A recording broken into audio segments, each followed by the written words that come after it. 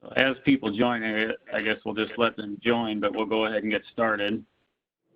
So I want to thank everyone for joining this morning and taking their time to be on this call. We are in unprecedented times. Has joined the meeting. Has joined the meeting. Okay. Hey, Ronnie, Paul Schimpf's on. Thank you, Paul. Thanks for being on. We are on a recorded line with representatives from our local press. I don't know, is Mary on? Or Dan, are you representing the press from the county this morning? I don't know anything in regards to Mary this morning. I haven't spoken with her enough to, so. Okay. Well, thank you for being on, Dan. So I encourage everyone to keep... Ronnie, this is Nathan. Sorry, I'm a little late. Has joined the meeting. Okay, that's fine. Tim Good Lowry. morning, Nathan. Has joined the meeting. Good morning, Tim. Good morning. So as I was just saying, that we do have the press on. Dan is on from the County Journal, and I don't know if Mary will be on from North County News, but she was supposed to get an invite. So at this time, I ask everyone who is not speaking to please mute your phones so we can keep out as much background noise as possible. And to give everyone an idea of who is on the call, we have Jeremy Walker, our state's attorney, Angela Othout, the director of our county health department, Mike Holscher, our EMA or emergency management director, Chris Martin, our coordinator of economic development and president of the Community Foundation of Randolph County, myself, Ronnie White, representing the Board of Commissioners, several of our county's small business owners, and some of our mayors from Randolph County. I want to thank everybody for being on. And if you are a mayor or representing one of the communities in Randolph County at this time, could you introduce yourself? Sure. My name is Tom Page. I'm the mayor of the city of Chester. Okay. Raymond Cole, Mayor Prairie Rocher. Mary Kester. Has joined the meeting. Okay, good Tim morning, Lowry, Mary. Mayor of Red Bud. I'm Cindy Jones, representing Dan Jones, Mayor of Baldwin. Angie Cindy. Kirchhoff for the Village Clerk of Baldwin. Jason Schlemme, the mayor of Sparta. Jason Schlesinger, Chief of Police, Coderville, I'll be representing our mayor who's at work. Okay, thank you. Is there anybody else? Okay, we also have State Representative Nathan Wrights and State Senator Paul Schimpf, and State Representative Terry Bryant said she'd be on as soon as she could get on. Terry, are you on yet? Okay, guess not. So the purpose of this call is threefold. First, to allow our state's attorney and director of our health departments to let everyone know where we are from a county perspective. I've also asked Chris Martin to be on as a representative for our Economic Development and Community Foundation to let everyone know what's going on there. The second thing is to allow our small business owners to voice their concerns and questions directly to our local leaders and representatives. And then three, to allow our state representatives and senator to respond by giving updates on what's going on from a state perspective and be able to take back some of the things they learned from the conversation to better craft legislation that helps our small businesses and communities, and to let our small business owners know what, as I just heard this morning, that some things came online yesterday that may help. So at this time, I'd like to give Jeremy Walker the opportunity to let everyone know what's going on from a county perspective for Randolph County. Well, thanks, Ronnie. Good morning, everybody. Last week, I had received a phone call from Commissioner White about some concerns that some of our local business owners have with some of these other counties talking about, quote-unquote, opening up. going against the executive order that is currently in place. I shared some thoughts with Mr. White, and then I also drafted a memo for our county board as far as some of the legal issues that we could face if that took place. I am not here to argue that the executive order is a good idea. I'm not here to argue that it's done properly, that it's constitutional. That is not what this is about. Simply what I was asked to provide some comments are as far as the legal problems that the county could potentially face, as well as those within the county, if there is this opening that is against the quote-unquote directives from the state. The very first question would be, is enforcement. If businesses just started opening up and doing their own thing, even if the county didn't bless it, or even if a municipality didn't bless it, what would happen? Would we be kicking in the door and arresting people? I would hope people would know Sheriff Wolf and myself well enough to know that we don't have an appetite to do something like that. We have always wanted people to comply voluntarily with these requests or with these directives, and that would still be everybody's request. But let's just assume for a minute that a business did open up. The biggest concern that they should have is if they hold a license from the state. And I know somebody's on the call where I used to get my hair cut, and God, do I need a haircut right now. Pam Osier with Healthy Hair. She holds a license through the Illinois Department of Professional Regulation. You have to get licensed and approved by the state. So let's just assume, and I'm going to put Pam on the spot here, that Pam decided to open up. Even if Redbud didn't say it was okay, even if the county didn't say it was okay, and somebody still is not happy about it. They write a letter to the Department of Professional Regulation that says, hey, Pam is cutting hair down at Healthy Hair in Redbud. You said that isn't supposed to take place. I want something done with it. Well, the enforcement mechanism for that would be is that the Illinois Department of Professional Regulation could yank her license.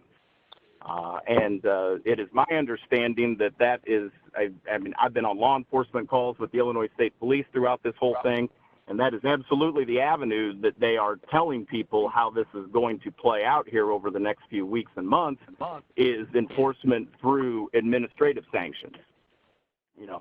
The same thing would apply to any license that holds a liquor license. They not only have a local liquor license, they also have to get permission from the state of Illinois to do it. So if a bar would open up, even if the county didn't have a problem with it, even if a city didn't have a problem with it, if an aggrieved citizen has a problem with it, they write a letter to the Liquor Commission, and they could face a forfeiture or suspension of their liquor license.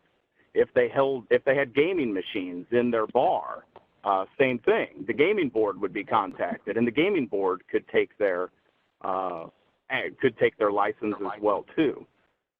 So regardless of what a municipality or a county felt about the enforcement of the orders, if you hold a license with the state, you risk the loss thereof if you go out in contravention of what the state is telling you what the quote-unquote law of the land is right now.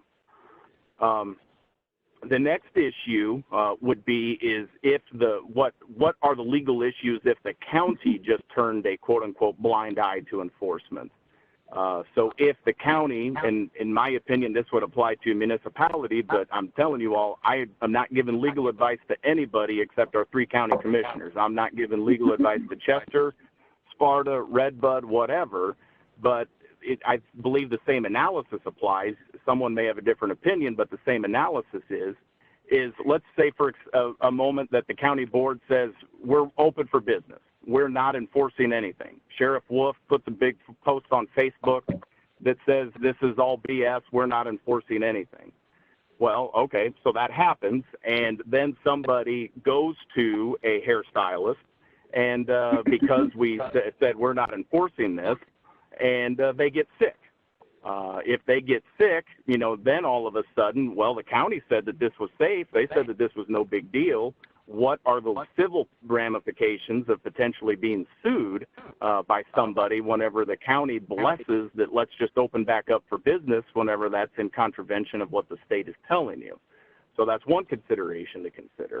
The business owner also then needs to consider that if the business owner decides to go against what the executive order says and they have a person come into their business that contracts COVID-19, they themselves could face a civil suit.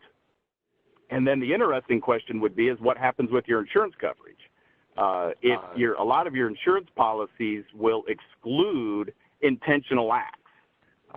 So, you know, if we took the intentional act of not doing something where we said we are not going to do this, and then somebody could prove that they were injured because of that inaction, A, we could get sued, but more importantly, B, our insurance carrier could say, sorry, guys, you did something purposeful and intentional, and now you are no longer covered. And if you do get hit with $1 million lawsuit because somebody died, that's coming straight out of your pocket. It's not coming out of the insurance company's pocket that we paid our coverage for. There also could potentially be some recourse if we said, hey, you're open for business, and that licensee, back to the hairstylist example, you know, we say, hey, you can open back up again. We're open for business. Do whatever you want to. And then that hairstylist gets a complaint and loses their license from the state of Illinois. What would be the impact or what responsibility would the county have or the municipality have if they allowed that activity and then they lose their license and they say, well, hey, the state, they told me it was okay. Now I'm going to go against the city and the county because they told me I could do this, and now I lost my license and I don't have the ability to ever open back up again. So there are a lot of potential ramifications as far as that goes. The final concern that I have as far as enforcement goes is that if the county says, all right, we're open for business, everybody can open back up again, there's no restrictions. What happens if there is an outbreak of an activity and we, being the county, have to take action, which is under the Chapter 20 of the compiled statutes, that the health department has the ability to force a closure or a quarantine. And the example I would use is let's say that everything's back open for business again. There's a manufacturer that has an outbreak and we can't get it under control, and we have to take the draconian approach that we're going to close them down under a closure order. If you do that, you have to prove that there is a real problem, that there's an outbreak, and that it's a significant health problem. And the other party, in my opinion, would go to court and be like, look, they already said that there is no problem because they're able to open back up again. There is no problem because they said that everybody could do whatever they want to, and now you're wanting to close down this business that's got 200 positive cases of COVID-19. And sorry, guys, it's not a big problem. That could come back and be a real problem for the enforcement of a closure order or a quarantine from the health department standpoint. So those are the concerns that I expressed to the county board for them to make their decision. Again, I am not a policymaker. I'm not saying that we should do one thing or the other. It's my job to get paid to be paranoid and a worrywart. And those are all of the issues that I have expressed to our county board members as far as in their decision-making process. Okay. Thank you, Jeremy. And I just want to express that the people that have come to me are people who want to follow the law, but are in a situation, in a dire situation where they need something, some kind of help, some kind of way to open up, some kind of money to get some money through, or some kind of way to get money through the door so that these small businesses can survive. I don't know, there's one in particular that may be on the call that has lost their business during this COVID. And my heart breaks for those who can't afford to continue to be in business. And we need as many businesses as we can to remain in the county. So next I'd like to ask Angela Othout from our county health department to speak and let everybody know the lay of the land of what's going on from her perspective. Thanks, Ron, and I'd like to thank everybody for joining us on the call today. I think it's important that we talk about this as a group. I don't think it's a secret that we do have 227 confirmed cases that have been identified in Randolph County. Our numbers are starting to slow down a little bit as far as cases, but we are getting some cases every day. We currently have 73 individuals that are quarantined. 6 individuals are now hospitalized. We have experienced 3 deaths. We had a new individual, a new death yesterday. We have tested close to 1,100 people, 1,099 to be specific. 872 of those individuals are negative. So we're now looking at our positivity rate from a county. Terry Bryant has joined the meeting. So currently the positivity rate in Randolph County. Angela, could you repeat that last part? I said we're currently now monitoring our positivity rate. And our positivity rate in Randolph County is 20.7. If you're looking at it from a regional standpoint, which means that we are in the southern region of Illinois, they're going to combine regions 4 and 5, our positivity rate goes down significantly by 10.5. We still have coronavirus. Can you explain what positivity rate means? So the positivity rate is you take the total number of positive cases that you have and you divide it by the total number that you have tested.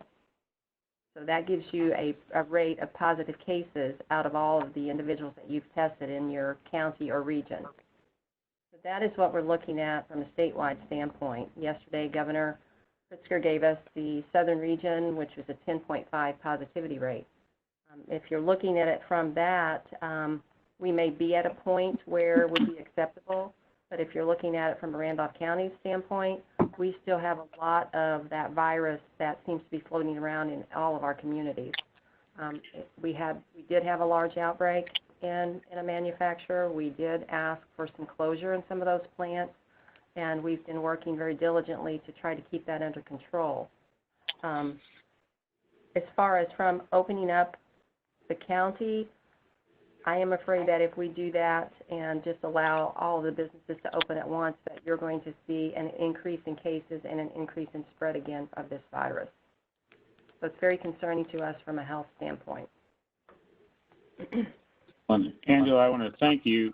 I know you guys have been working 7 days a week, contacting all these people twice a day, and I know that the job can be daunting, and I want to thank you for everything you guys have been doing through this. And if I could add one thing, Ron. Sure. You know, we have 227 confirmed cases. We also have to do contact tracing, which that means at one time we had over 200 just close contacts that we had to monitor because they had a very high percentage, very high chance of becoming a positive case. So we had to monitor them every day and make sure that they were doing okay and monitoring their health status as well. So it's not just the positive cases, it's everyone that is potentially around them. Right. Okay. So next, would Mike Holzer, would you like to say anything on behalf of our emergency management?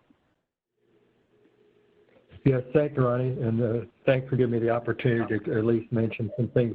Want you to know that we have been working very closely with Angela and the health department, and it has really been an honor to be able to work with these folks. And we have been trying to get out all of the PPE equipment that we can. If first people are requesting it at Angela's direction or at calls that people come in, since about the end of March, we have overloaded all our capacities to the extreme of all of the items that are coming in, everything from PPE equipment to face masks, and it's been going very positive. I got to give kudos to Nancy and Nancy Schilling and Rick Graw, because they've been really the ones that have been doing the ordering and making sure we're staying on task. But it has been very good, and I know that everybody is concerned about going back to work. I'm going to give you a personal opinion. I've always thought that we are going to have to at some point work on this at a second level with folks working, but I also still believe we have to keep good hygiene and possibly that personal distancing, whatever will work. And I think we got to trust in the businesses and the people to do that. I also think that is another area where the health department is really working on it as fast as they can. Thank you for the time. You're welcome. And Angela, would you speak real quickly about what PPE is available for and who is eligible to get that at this point? Well, the PPE, which is personal protective equipment, we have masks, face shields, goggles. We do have some gowns. We have that here from the health department standpoint. We are supposed to supply the health entities, so the hospitals and the long-term care facilities. The emergency management then, they help businesses that are deemed essential, and we have pretty much given that out to every single business that we could think of that needs to be protected. So pretty much anybody that's in business can get the PPE from us. We can't actually hand it out to the general public yet, but I suspect that may be changing, where if individuals are not able to get a mask, that we are able to get it to them. And I'll be perfectly honest, we have not denied anybody any PPE at this point, have we, Mike?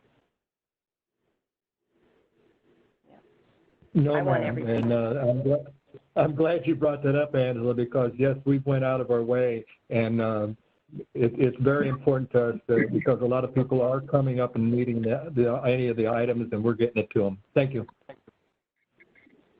Okay. Thank you, guys. Next, I'd like Chris Martin to speak on behalf of the Randolph County Progress Committee, Economic Development, and the Community Foundation of Randolph County. Well, hello, everyone, and thank you, Ronnie, for assembling this phone call this morning, and thanks to folks at the Health Department and Mike, and I know everybody's working really hard. It's very frustrating. Let me first speak from the foundation point of view. We've personally, when I say personally, I mean Stephanie and I, have contributed to some folks that were delivering meals. We've also contributed to the Chester Food Bank. And probably most importantly, we've applied for a very substantial grant to help folks pay mortgage payments and rent payments and food and utilities. And we expect to hear how successful we've been anytime. So that's in the works. Over on the economic development side, we tend to always take the long view or the big picture view. And knowing that in the last few years we've lost millions of dollars in revenue from coal sales tax, from the devaluation of the Baldwin power plant, we are looking very actively at ways to replace that revenue. I'm working with Prairie du Rocher and a no raise on the line. We're working toward turning the French Historic District into a national park. And the payback on a national park is for every dollar that is invested, we could get $10 back in revenue for the county. And so we're actively pursuing that even in this time. We're working with some other folks that are, I can't talk a lot about those, but because they're not actually my projects, we're just helping to facilitate the projects. But all of these things together will help generate new revenue, not only help replace what we've lost, but also the sales tax revenue that we are losing and will continue to lose, depending on how long this lasts. So, and in the meantime, we're helping small businesses by trying to route them to resources that they can use at the state level through DCEO. And so it's some days are extremely, extremely busy, 12-hour days, and other days are not quite so busy, but we're very active in helping in all those different kinds of ways, and we'll continue to do that for as long as this lasts. And again, thank you for assembling this, Ronnie, and everybody that's participating. Okay, you're welcome. So next, I'd like to allow the business owners. A lot of the stories I've been hearing are business owners that have kind of fallen in between the cracks on the grant funding or loan funding. And I'd like to give them the opportunity to tell their stories and what they're willing to do to be able to work with the health department, with the state, with whatever they need to do to be able to get some money through the door to pay their bills. So do I have a volunteer to go first?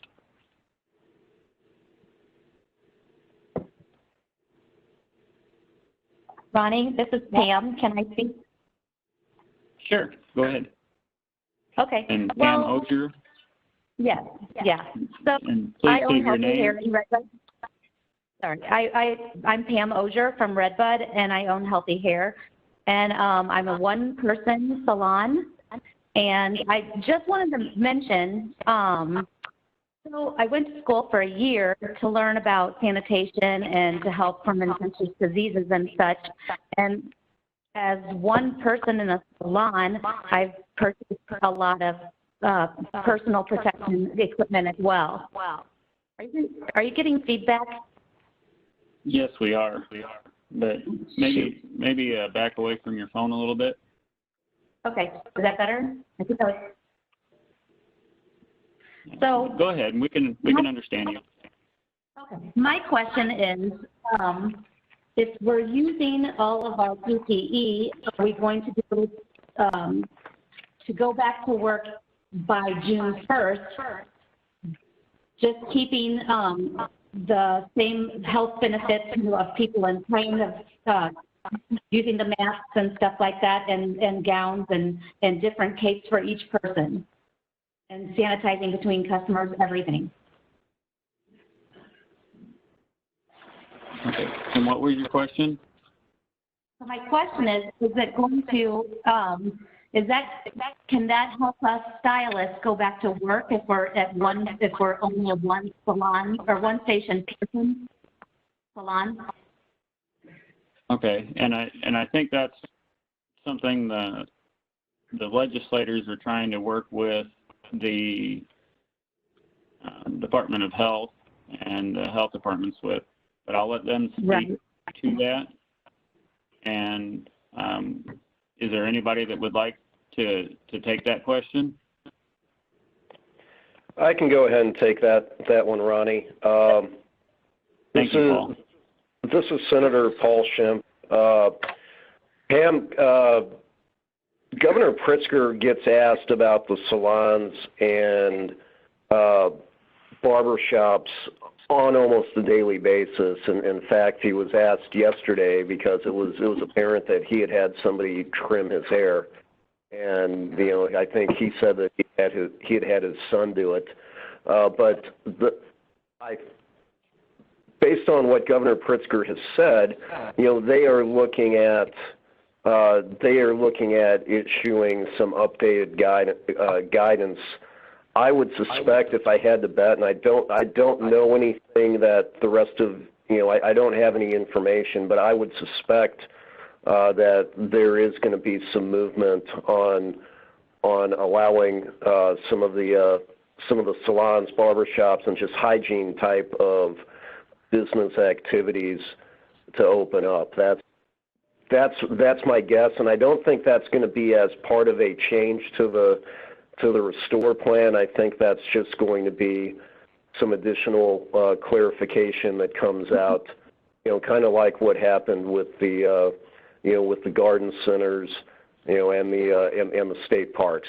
So I know that that's an issue that all of us, have at different points reached out to the governor's staff saying, hey, this needs to be a change. That was something that I pointed out, back at the beginning, that I thought hygiene type of businesses should have been classified, as essential if we were playing that essential versus non-essential game.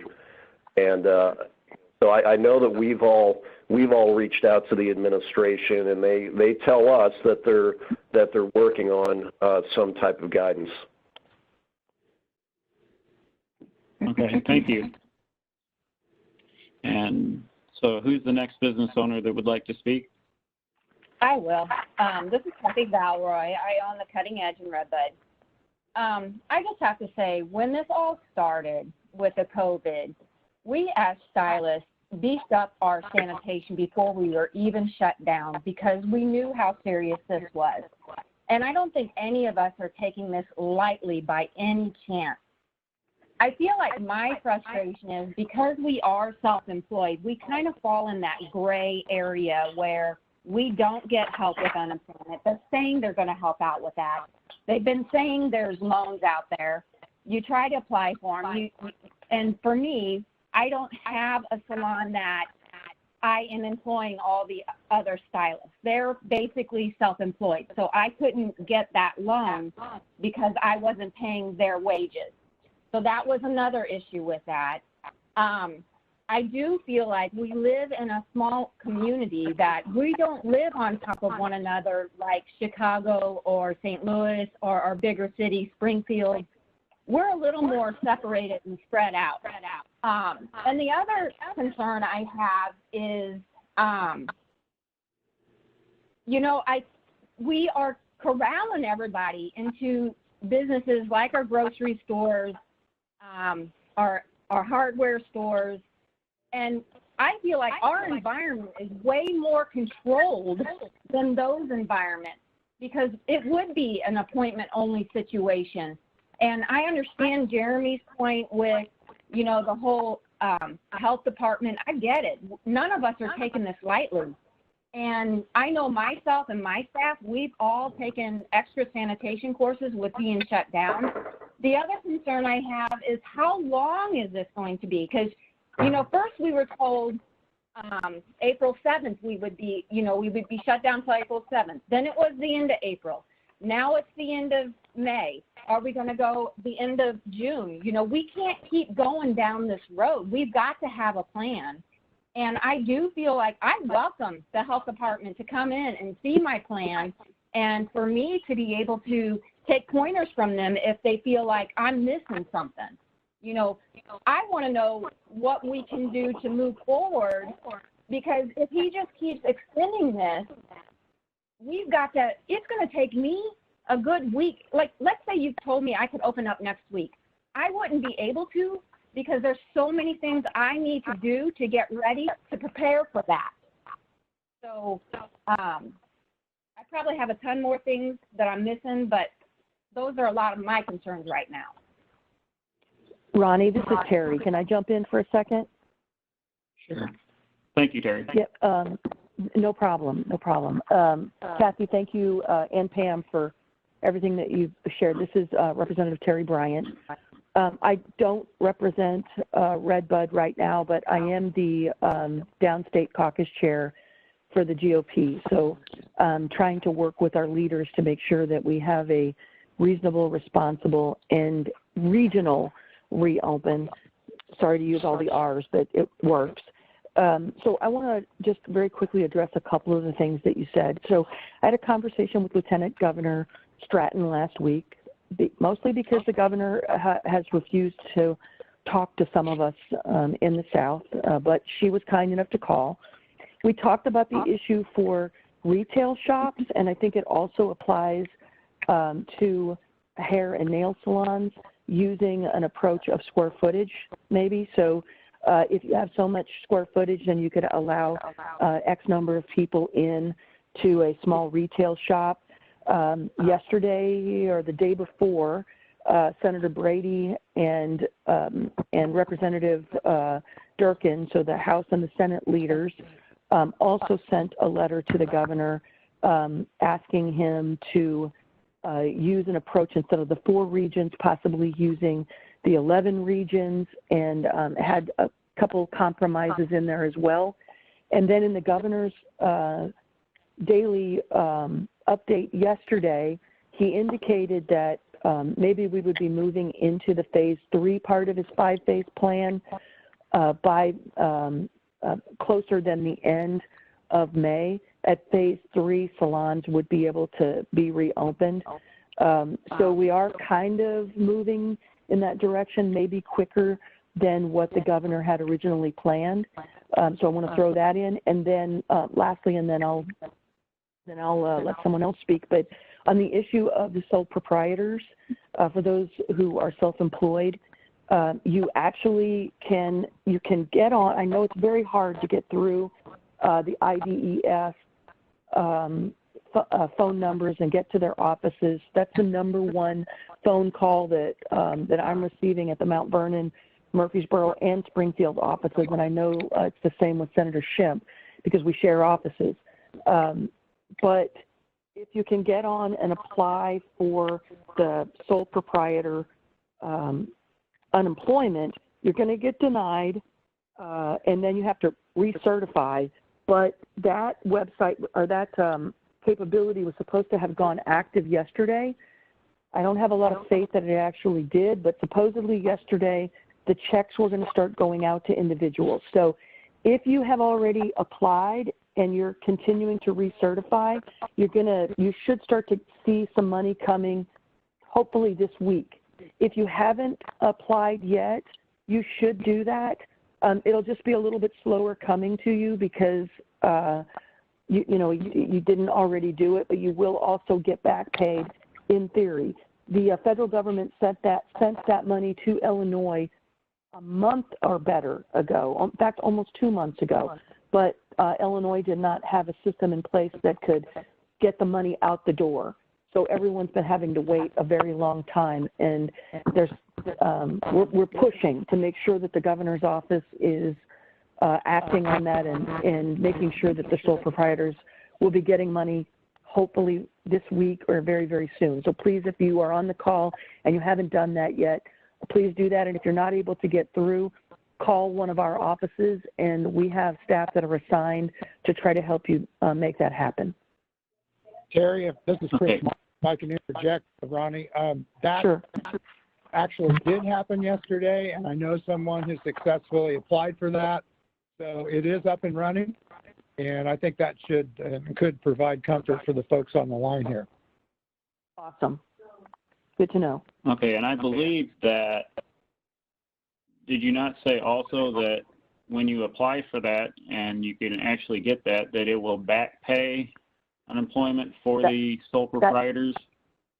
That's my understanding. So IDES was originally saying to everyone, we know you're going to get denied because the way the system is set up, you have to be denied one time, and that's true in many states. But you continue to apply. So even if you got denied, you're probably still going to be okay. If you didn't apply previously, my understanding is go ahead and apply, and you're still going to get back paid. It's just going to take a little bit longer than those who have been doing it all along. Even though they didn't get any money previously, they're in the system already, so theirs should go out faster. But those who haven't, still get in, still apply. You're going to get it. It's just going to take a little bit longer than those who've been doing it all along, if that makes sense. Okay. This is Nathan.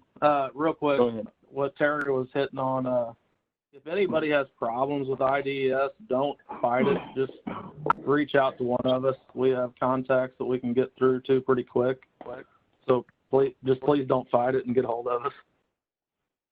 Okay, and at the end of this call, I would like each of you to give, if you have a specific staffer that deals with these things, and a phone number and email for them. I would appreciate that, so we have direct contact for that, and for the newspapers. If you could, I can't tell you what to print, but I think that would help a lot of people to kind of explain this and get that information out, that if people are having problems, that they can have somebody to go to.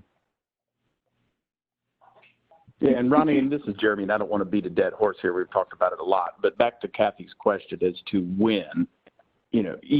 Yesterday the governor indicated that our region is meeting all of the metrics we're supposed to meet to move into phase 3, which would be May 29th, and barbershop salons are included in that. Now, what it's going to look like, who knows? But to share and confirm what some of Senator Shrimp has said, I don't have anything detailed either, but I am on a weekly phone call with the state police about enforcement issues, questions, and they started talking 2 weeks before it happened about garden centers, that there's going to be a change. This is what's going to happen. And lo and behold, it happened. And barbershops are certainly on that list, as well as our silly boating rule with only 2 in a boat as opposed to a whole family being able to go boating. They have realized the idiocy of some of this stuff and are slowly changing it.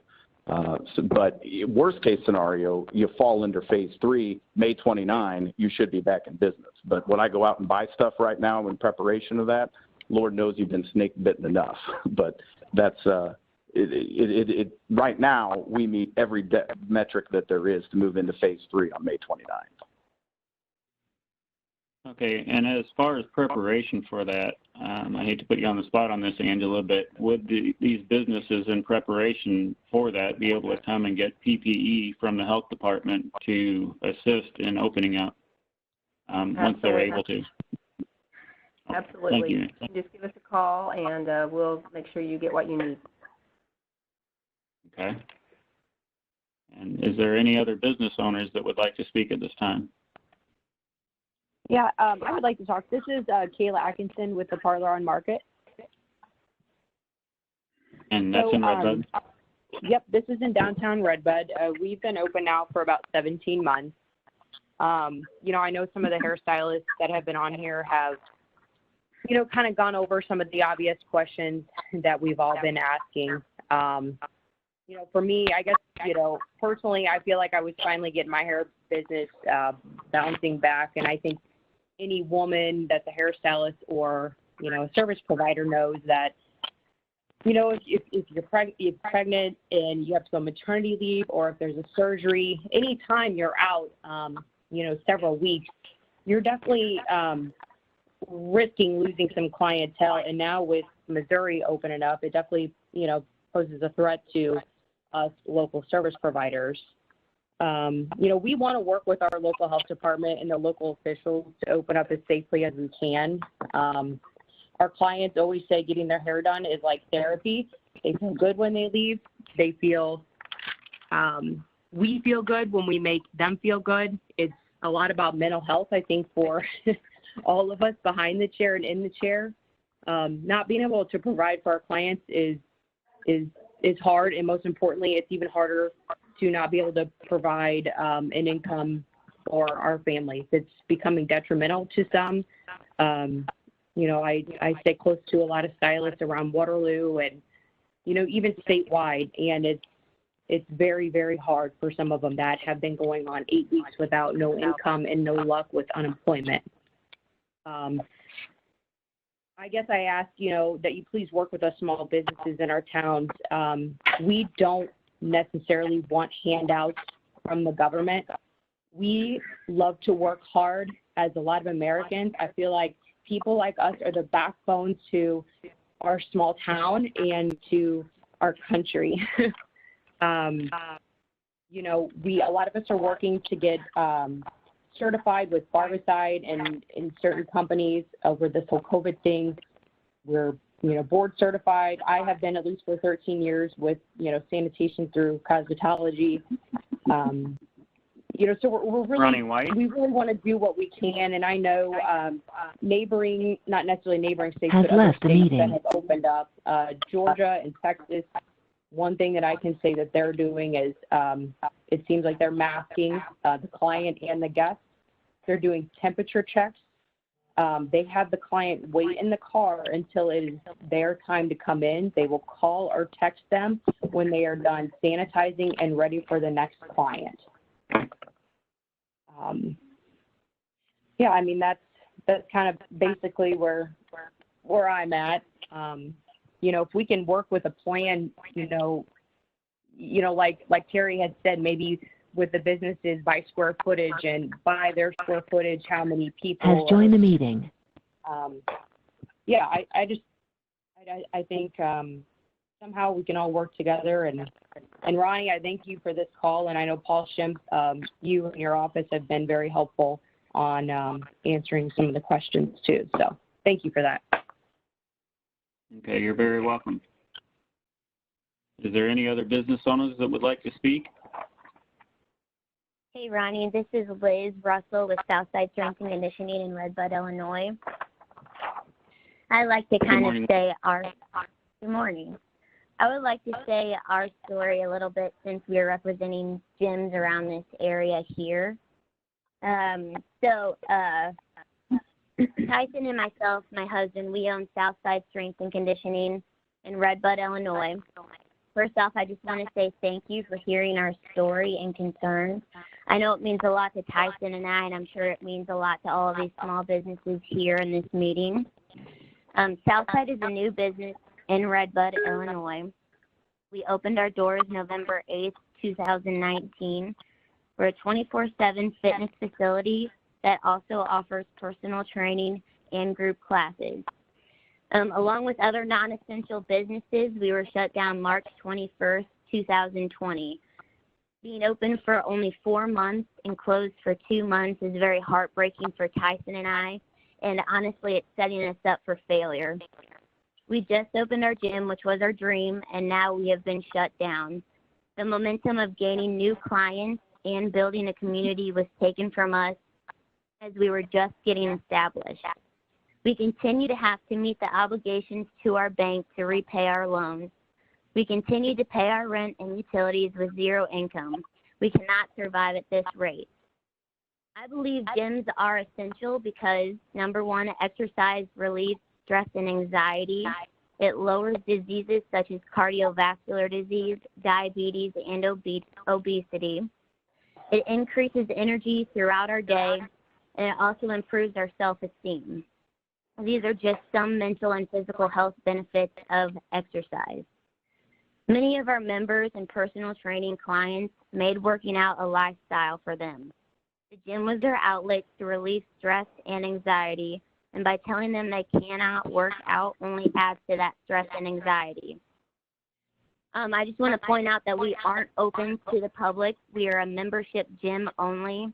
Unlike grocery stores, Dollar Generals, the big stores, chain stores that are still open today, our members clean equipment before and after each use. I want to point out that we are law-abiding citizens and we do not want to work outside the law. We desperately need your help to open our gym sooner than later. Again, it is super critical for us to open our business soon in order to survive. We really don't want to file for unemployment. We want to work. It's essential to open our business to our members while maintaining safety as a priority to our members and community. I've listed some steps that Southside will take when we can reopen. First one is where 6 feet social distancing cannot be maintained, masks will be required. The temperatures will be checked at the door. Even though I stated that we are a 24/7 gym, we would have set hours so we can increase our monitoring. We will increase several sanitizing stations for equipment and hand sanitizing stations around the gym. The staff will deep clean the gym throughout the day and each night. Members will sign a waiver before entering the gym and must agree to the safety guidelines set for them. And lastly, we have already moved equipment 6 feet apart in our gym. Correct me if I'm wrong, but I understand Redbud currently has 0 cases of active coronavirus. We desire to work with the health department in setting up and establishing safety guidelines for everyone. As our elected officials, you are our voice. This is our livelihood. How can you help us? A question that also got brought to my attention as other businesses were speaking and you guys were speaking is when can gyms open? Does the May 29th apply to gyms? Again, thank you so much for your time. Thank you, Liz. Somebody like to answer that? Sure, I'll go ahead. This is Paul Schimm. It's my turn as far as the elected officials. I do want to say to Liz and the other business owners, thank you for sharing this information with us. It is just absolutely heartbreaking hearing these stories, and a lot of times it's tougher to listen to when you're somewhat hamstrung in your ability to be able to help. If there was a way that all of us could make instant changes to the governor's plan, we would. There's no doubt in my mind that we would do that. You've talked about all the safety precautions that you guys have implemented and are willing to implement. That kind of goes to the question of, should we have been doing this essential versus non-essential distinction, or should it have just been, do you have the ability to operate in a safe manner. I would have preferred that we do the operate in a safe manner standard, but that's neither here nor there because the state of Illinois is going to do what the state of Illinois is going to do. I do want you all to understand that all of us, are advocating, with the Pritzker administration to make some common sense changes to his plan that he put out a week ago. Now, when the plan was put out, it's written into the plan that they're going to update it as needed. That the plan will be updated. It was promulgated about a week ago. There haven't been any changes yet that I'm aware of. That doesn't mean that it's not going to change. For a long time, Governor Pritzker was saying there would be no regional standards whatsoever. And then, he said that, and then just kind of like overnight, he changed his mind and said, "Oh, we can do some regionalizations." Just because there's no changes now doesn't mean that it's not going to change. And the reason that you haven't seen Nathan, Terry, or I, out leading protests or anything like that is because we are trying to make the arguments, on a daily basis to the administration that, look, this plan needs to be updated. There needs to be some changes made. We can maybe be a little bit more aggressive. That doesn't mean that we're because we're not out at we're not showing up at different protests anywhere. That doesn't mean that we're not advocating on your behalf. As far as when the gyms would be able to open, I don't have the plan up in front of me right now, so I can't remember whether you guys were included in phase 3 or phase 4. I suspect you're in phase 4. So as the plan stands right now, I wouldn't think that you're going to be able, that there's not going to be an immediate change. But that's something that we are working to try to push for an update to the plan. I personally think the 28 days that the administration has laid out, in between the phases, saying that you have to have stabilization numbers for 28 days. I think that's excessive. That's not anything that I've seen anywhere else in the country or from any expert. So that's something that I've personally reached out to the governor's staff. I know that the leadership of the House and the Senate have mentioned that as well. So that's something that we're gonna keep working on. Unfortunately, I don't have any good news for you right now, though. I have a question for you. This is Kathy Valroy again from the Cutting Edge. So the governor made this plan. Was any of our elected officials a part of this plan, or how did he come about this plan? Where did he come up with his idea of how to implement this? And, my biggest one is, our other elected officials in our area, were they a part of being able to help with this plan?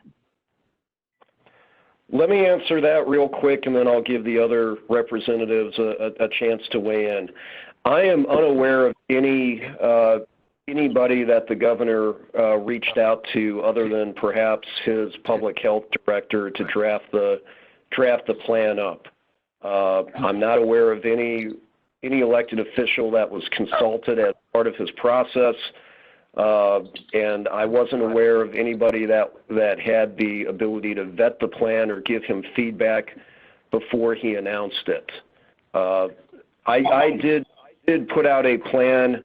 I worked with a state senator from the Chicago suburbs. We put out a plan about a week in advance of his, and we gave that to him. Whether he looked at it or not, I don't know, but I'm not aware of any elected officials. There was no task force that I'm aware of that put this plan together. As far as I know, it was just put together by his public health officials that are part of the administration. Okay, would anybody else like to weigh in on that? Yeah, this is Nathan. Yeah, that's I was not asked either, just like Senator said. We found out when everyone else found out, and like Senator said, I believe it was purely from everything he says in the press conferences. It was purely from his medical directors and epidemiologists, like he continues to say every day on revisions as well. And on the gym one, it is phase 4, because I would love to go to the gym right now as well. I need to get there. So that's another one that I've passed along, just like most of these other small business ones. Like I think Representative Bryant said earlier, the square footage wise, if we can socially distance and separate with 6 feet in between us, I think the gyms need to open as well. So I'll just leave it there. This is Terry Bryant. I'm going to just tick off a couple things. First of all, no, the governor did not talk to, I can speak for myself, Representative Windhorst, Representative Severin, Representative Charlie Meyer. We were not spoken to at all. And as I said earlier, I serve as the House Downstate Republican Caucus Chair. So I should have been one of the people that he talked to, and he is not. I sent a letter last week basically talking about church services and how ridiculous it is that regular church services will not be allowed to start until phase 5, which actually requires a vaccine. The response to that letter, which I asked to be directly from the governor, I got a call the following day from Lieutenant Governor Stratton.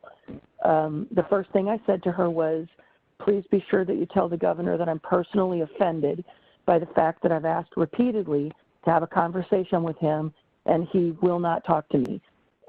So that being said, I did tick off a few things to the Lieutenant Governor, including what I said earlier about small retail shops. We did talk a little bit about gyms, and in those conversations and restaurants, it was mostly about how the big box stores, I can walk into Walmart, have my face mask on. I did a little research myself and at the Murfreesboro Walmart. I counted 1 in 10 individuals in that Walmart had on a face mask. So only 1 in 10. In the meantime, you have someone standing outside who's disinfecting the handle for the push cart that you're going to use. But I can't go to a restaurant and sit outside where the table is distant 6 feet from someone else and have someone disinfect the table when I leave, or the boating requirement that Jeremy mentioned earlier, where you can only have 2 people on a boat. It doesn't even say 2 adults. It says 2 people on the boat. So I could be standing on the bank with my family of 6 or 8 or 9. Someone pulls up with the boat. Only 1 person can get on the boat with them. And so say Dad is driving the boat, Dad has a heart attack, I could have 1 kid on the boat. Now what? We talked about, as I said, outdoor restaurants. We talked about boating. We talked about the ridiculous rules for golfing. We talked about the fact that we still have lakes and parks that are not open. Their response on the parks was that you have to have restrooms and hand washing stations. But then I see Garden of the Gods, which is that is reopening, and there's a sign as you go into Garden of the Gods that says there are no restrooms or hand washing facilities here. So no explanation for why there can't just be signage that says that it's not available here. I did receive a phone call from the Lieutenant Governor's office the following day after speaking to her. It was a staffer that said, the Lieutenant Governor wants you to know that your issues on boating have been heard, and we're going to stick with the 2-person rule. I further, in the original conversation with the Lieutenant Governor, expressed my anger that these rules are being written by DCEO, the Department of Commerce and Economic Opportunity. So DCEO is an office that's been tasked with creating the rules. Those rules are being made by individuals who are not elected officials, who are employed staff, and they're creating rules that are being treated the same as a law when the only individuals in the state who have the authority to make the laws are legislators. At the same time, we're being prohibited from coming back into session because the House, the Speaker of the House, the President of the Senate will not call us back, and the Governor will not declare, will not order us back in emergency session. So every single day, we're fighting for the very issues that you're talking about, but we have to make our voices heard in a way that doesn't always get covered by the media, and we don't want it covered by the media because we don't want it to be a partisan issue. We want it to be about regionally taking care of our region, our districts, our representative districts, and so you're being heard. It's just difficult to get that message to you. So sorry, I'm done. Okay, thank you, Terry. Is there any other business owners that would like to speak at this time?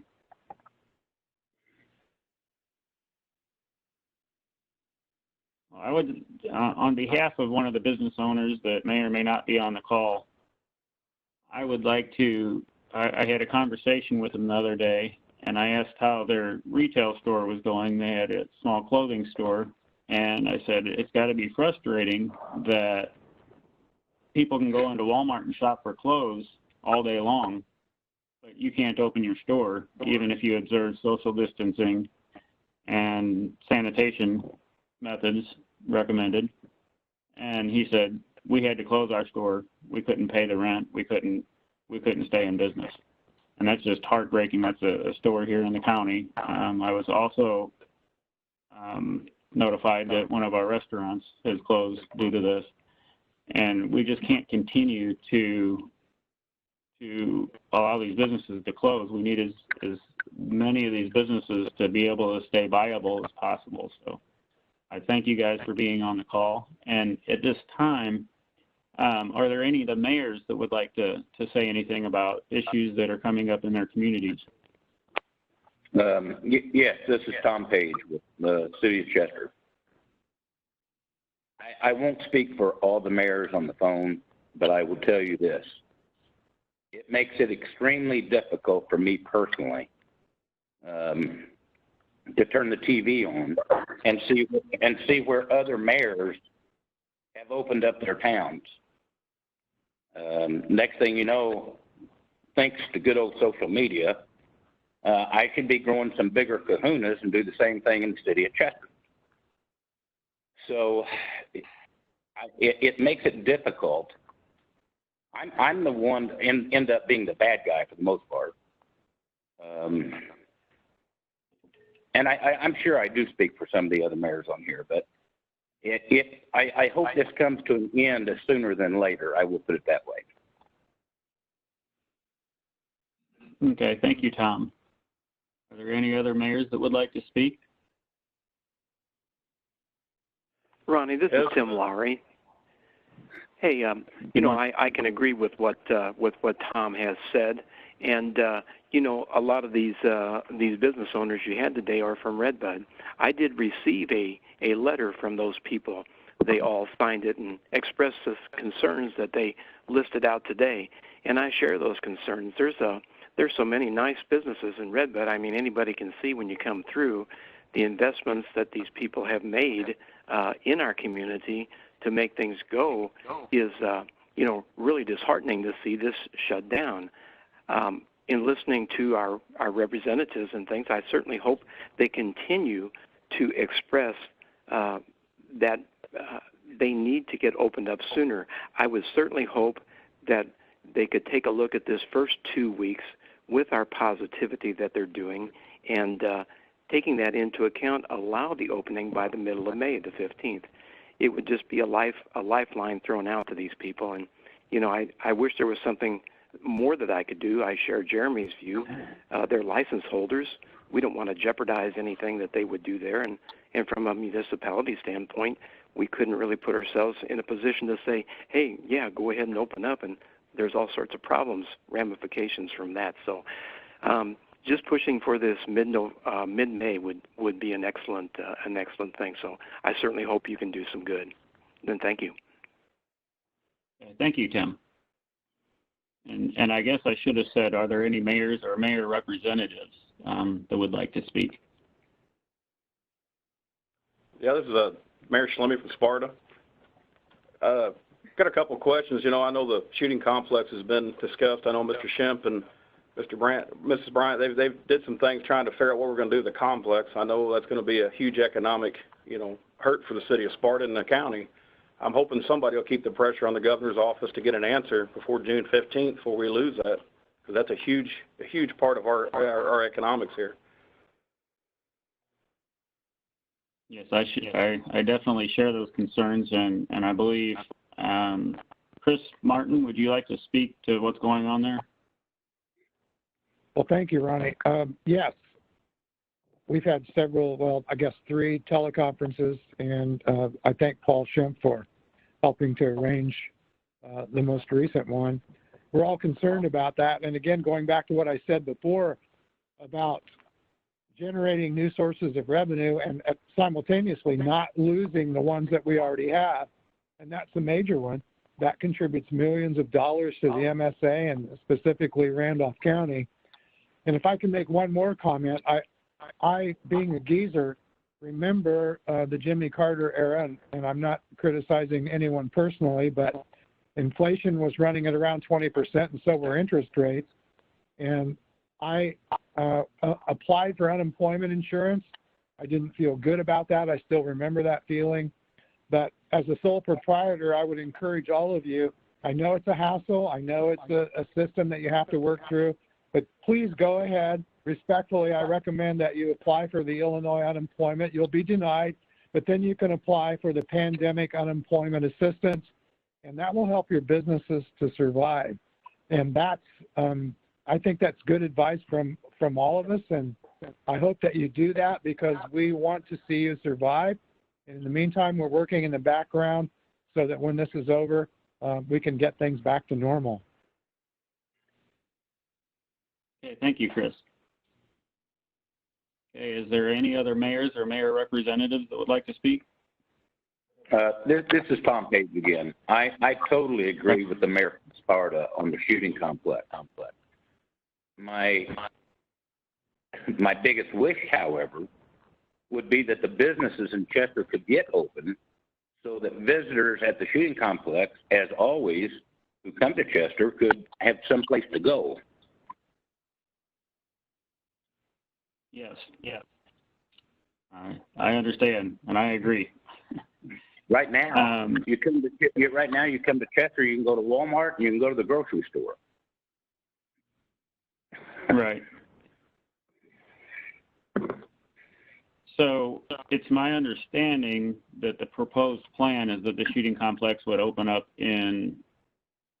for the ATA, the grant would be in the proposed plan is September. Is that correct?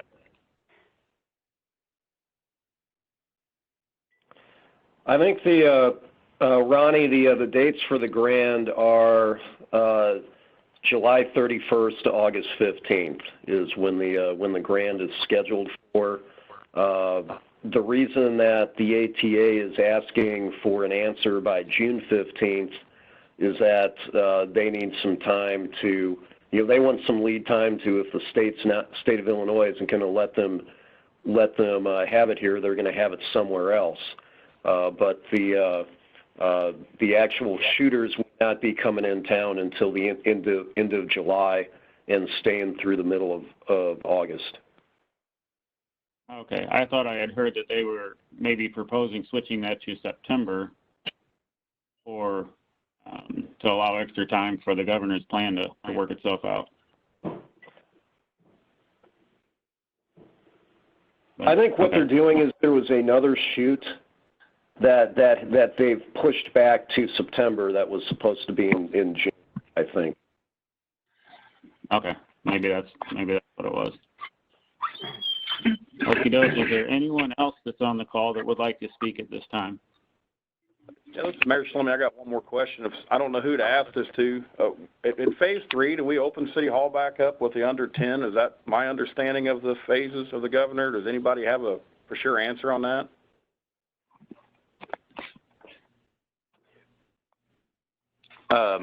This is Tom Page from Chester. That is not my understanding. But I can't tell you if that's phase 4. I don't remember specifically seeing anything about a municipal building. They're not So listed. this is Terry. In phase 3, it says manufacturing, offices, retail, barbershops, and salons can reopen to the public with capacity and other limits and safety precautions. So I don't know what offices means, but I would assume that would be public offices as well. But again, it actually goes to the point that it's difficult to know in the 5-phase plan exactly what each phase means because it's not totally detailed.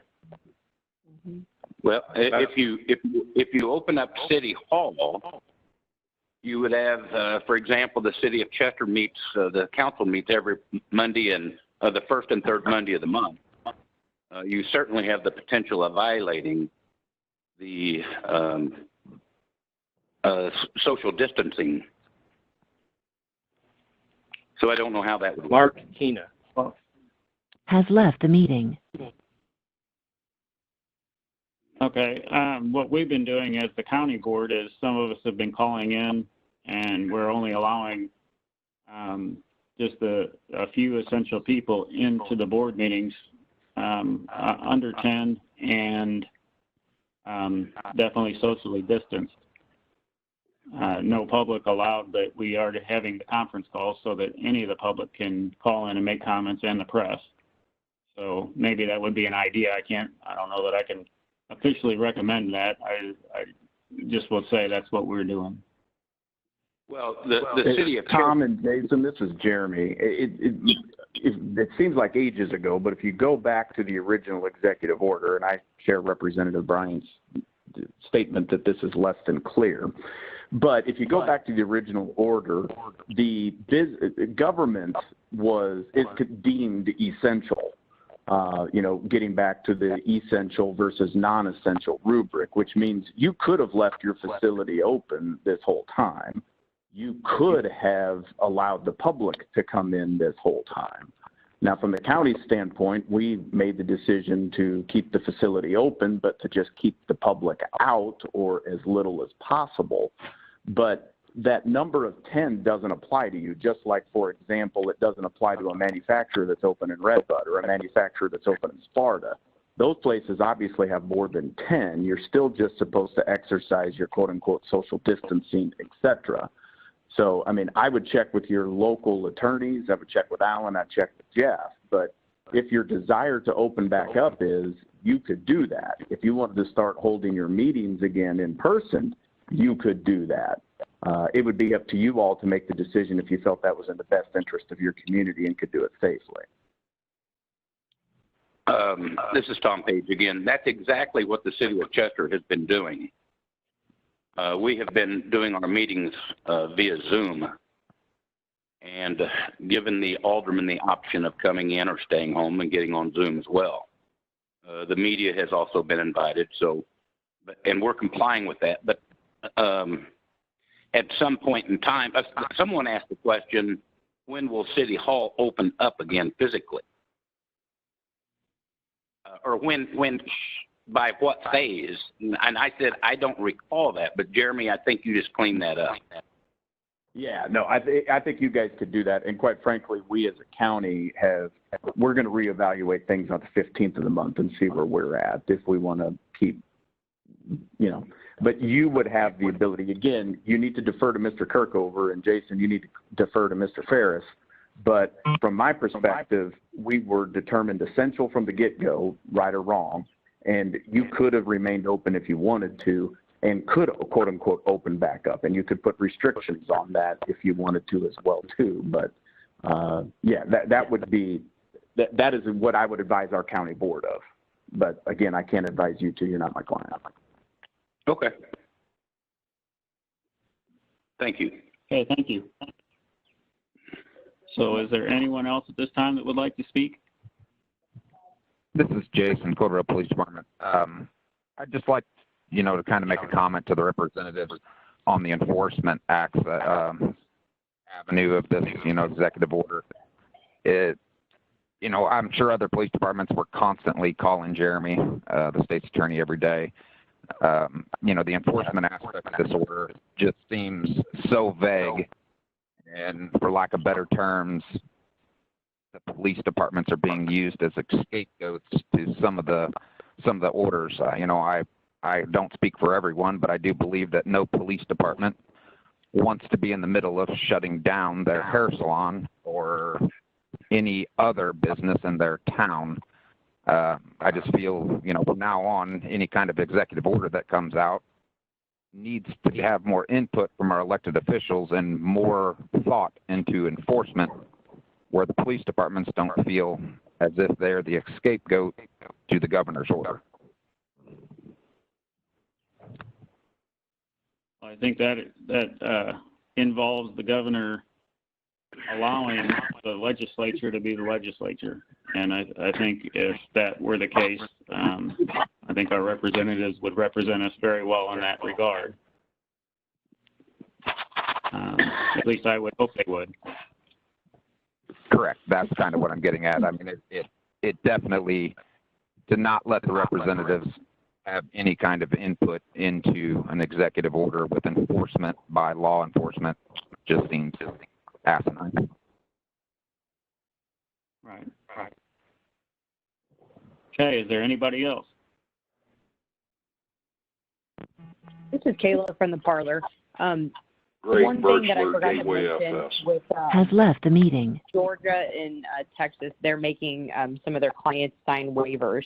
I guess from a legal standpoint, is that something that Jeremy or Paul that you would recommend businesses do once they are able to get open, that they're not liable if they were to get sick or get the virus from your location? Well, from my perspective, again, I can't give you legal advice. I am not your attorney. But once you are allowed to do it, then it is no different than if somebody could catch the common cold in your facility.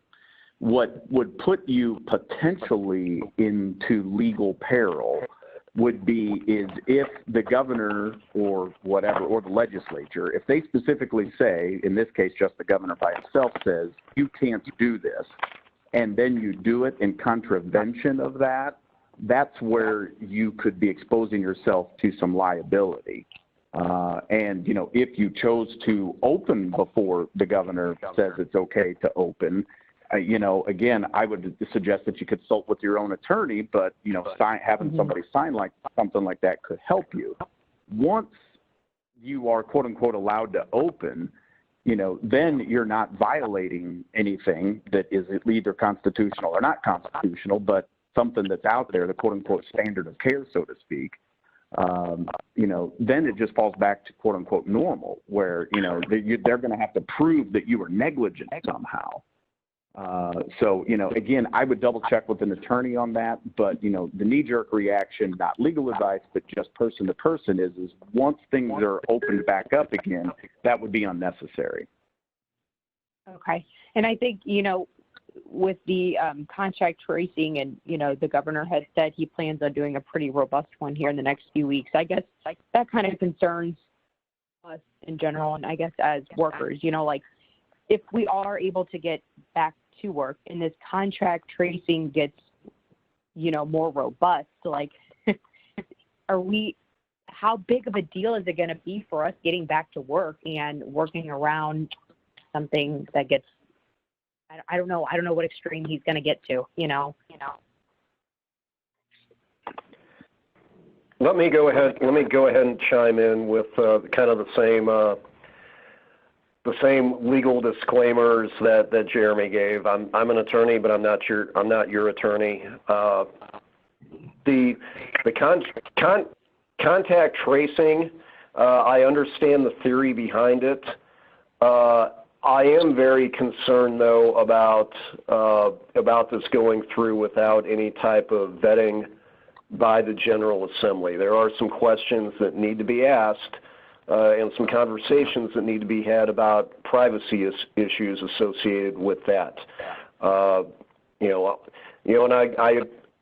I'm glad you brought this up though, because I had meant to kind of piggyback on Jeremy's original point about the whole licensing, using state licensing as an enforcement mechanism. I think that is definitely, I agree with Jeremy's advice 100%. That is something that, that's going to be the mechanism whereby the Pritzker administration does try to enforce their executive orders. So you need to talk with an attorney. You need to be very careful and think long and hard about the licensing implications.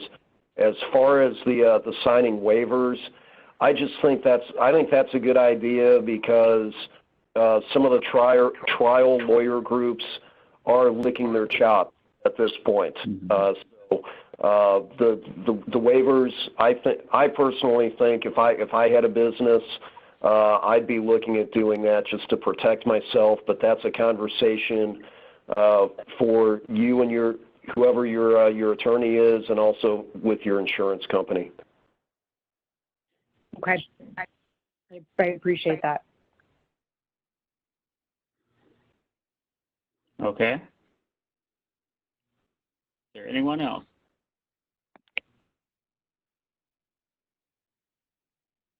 Okay, no final comments.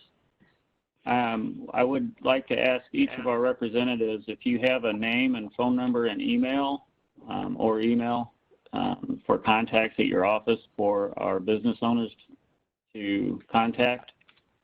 Could you list those at each, or list those for us, please?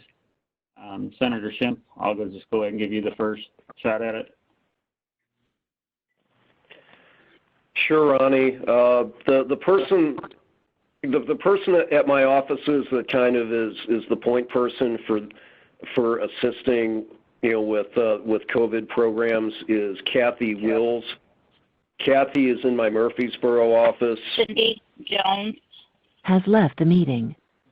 Kathy's phone number is area code 618-684-1100, 618-684-1100.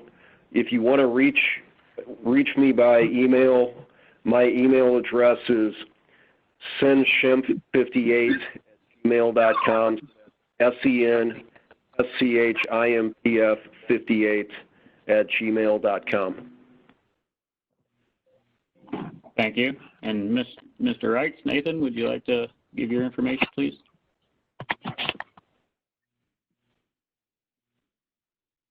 Nathan, are you still on the call? Oh, sorry, I forgot to unmute.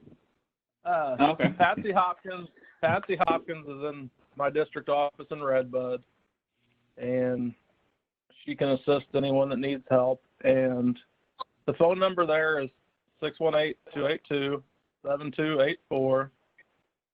And please leave a message, but she is actually going to start going back to the office on Monday. So all of these Redbud business owners, if you need anything, she will be in there starting Monday again.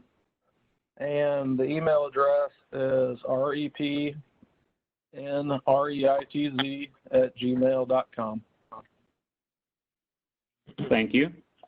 And Terry, you're Sure. not specifically in our district, but thank you for your help on all this. I'm happy to help if I can. Thanks, Ronnie, and thanks for having this today. One final thing I wanted to say really quick. I got a text while we were talking that indicated that Representative Mark Batnick and Representative Ryan Spain are filing a bill called the Fair Business Treatment Act. It would allow for small businesses, retail businesses, to open as long as they follow the same social distancing as the big box stores. So keep your eyes out for that. If we're able to go back to Springfield, that might be one that's addressed quickly. I share two offices with Senator Schimpf, and Kathy Wills is our person has left the meeting, specifically dealing with IDES issues. Again, that number is 618-684-1100. If you have other agency issues, or issues that are not IDES, you can also contact Carrie at the Mount Vernon office, and that is 618-242-8115. And we're always happy to help any way we can. And do you have an email? I do. It is state rep Terry Bryant at gmail.com. And I'm also going to give you my personal cell number. Sometimes it's easier to get a hold of me through that number. And again, the email is state rep, R-E-P, TERRIBRYANT at gmail.com. And my cell number is 618-201-2231. That's my personal cell, so unless it's an emergency, please try to call before 10 o'clock at night and after 6 a.m. Thank you, Terry. So do we have anybody else that would like to make a final comment or has a question?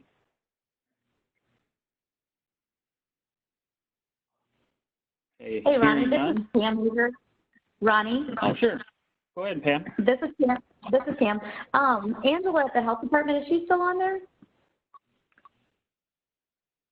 I'm here. Anyway, oh, hi.